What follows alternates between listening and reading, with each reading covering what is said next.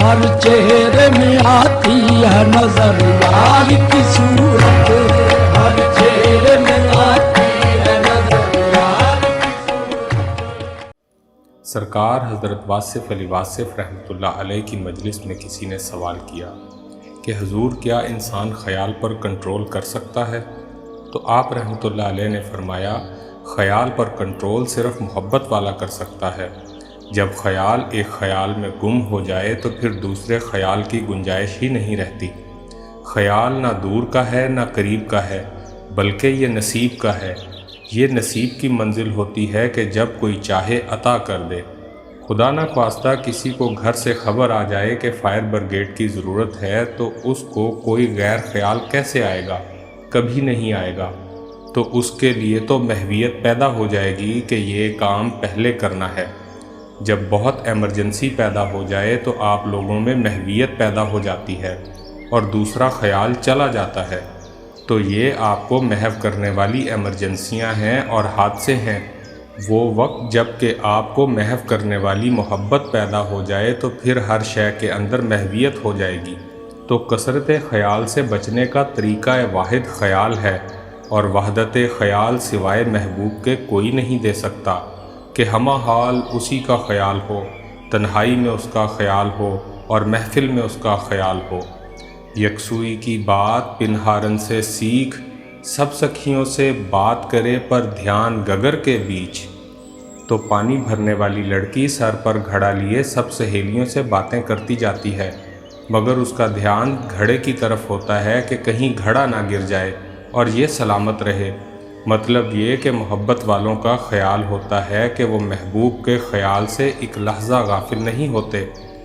تو جب ایسا خیال پیدا ہو گیا کہ انسان محبوب کے خیال سے ایک لحظہ بھی غافل نہیں رہا جس کے خیال میں باقی خیال اور باقی آرزوئیں نثار کی جا سکیں، یوں کہہ لو کہ آپ کے پاس 10 آرزوئیں ہیں یا 15 خواہشیں ہیں، اور آخری وقت آ گیا تو اللہ تعالیٰ فرماتا ہے کہ بس ایک آرزو پوری کر لو، اور آپ یہ فٹافٹ فیصلہ کرو کہ وہ کون سی آرزو ہے۔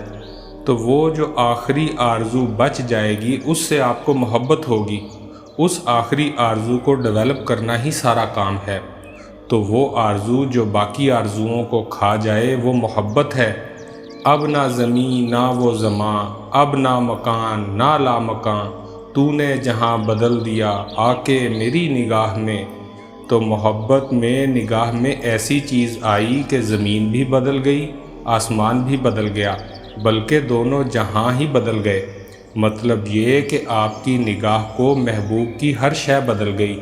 تو محبت ایسی چیز ہوتی ہے جو محویت پیدا کرتی ہے۔ وہ اس طرح ہے کہ انسان ہمہ حال اسی خیال میں گم ہو جاتا ہے۔ کس کے خیال میں؟ محبوب کے خیال میں۔ اب نہ کہیں نگاہ ہے، اب نہ کوئی نگاہ میں، محو کھڑا ہوا ہوں میں حسن کی جلوہ گاہ میں۔ انتظار جب آتا ہے تو محویت کو ٹھنڈا کر دیتا ہے۔ یہ انتظار کب آتا ہے؟ جب اللہ تعالیٰ مہربانی کرے۔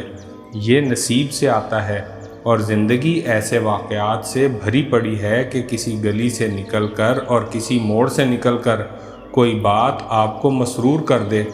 ایسے ایسے لوگ آئے اور وہ بڑے درویش تھے، ان کا نام آپ کو بعد میں پتہ چلے گا۔ ایک دفعہ ایک درویش ایک بازار سے گزرے تو وہاں پر ٹک ٹکا ٹک کی آواز سے ایک مشین چل رہی تھی۔ تو درویش کی ایسی حالت ہو گئی کہ اللہ کا ذکر کرتے کرتے ان پر حال طاری ہو گیا۔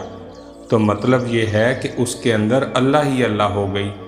کبھی کبھی ایسا واقعہ ہو جاتا ہے کہ اللہ تعالیٰ طاری کر دے، کبھی وہ احسان کر دیتا ہے، کبھی خوشی کا احسان کر دیتا ہے، اور کبھی غم کا ایسا احسان عطا کرتا ہے کہ ایک غم ایسا آ پڑا کہ انسان جاگ اٹھا۔ تو کبھی خوشیاں جگا دیتی ہیں اور کبھی غم جگا دیتا ہے۔ یہ اللہ کے کام ہیں کہ جب چاہے بیدار کر دے۔ تو کسی نے اللہ کو قریب آ کر دیکھا اور کسی نے دور جا کر دیکھا، کسی نے آنکھ کے پردے میں پردہ دار کو دیکھا، کسی نے دار پر چڑھ کر جمال یار کو دیکھا۔ یہ اللہ کی مہربانیاں ہیں کہ جب جس کو چاہے عطا کر دے۔ بہرحال یہ مانگنے کی بات نہیں ہے اور نہ ڈھونڈنے کا کام ہے، بس یہ انتظار کا کام ہے۔ انسان انتظار کرے اور جب چاہے گا وہ عطا کر دے گا، وہ دیتا ضرور ہے۔ اللہ تعالیٰ آپ پر مہربانی کرے اور آپ لوگوں کو بھی جلوہ دکھائے۔ جلوہ محبوب کے چہرے میں ہوگا اور جلوہ اللہ کا ہوگا اور برائے اللہ ہوگا اور برائے اللہ ہوگا۔ اللہ تعالیٰ مہربانی کرے، یہ عطا ضرور ہو جاتی ہے۔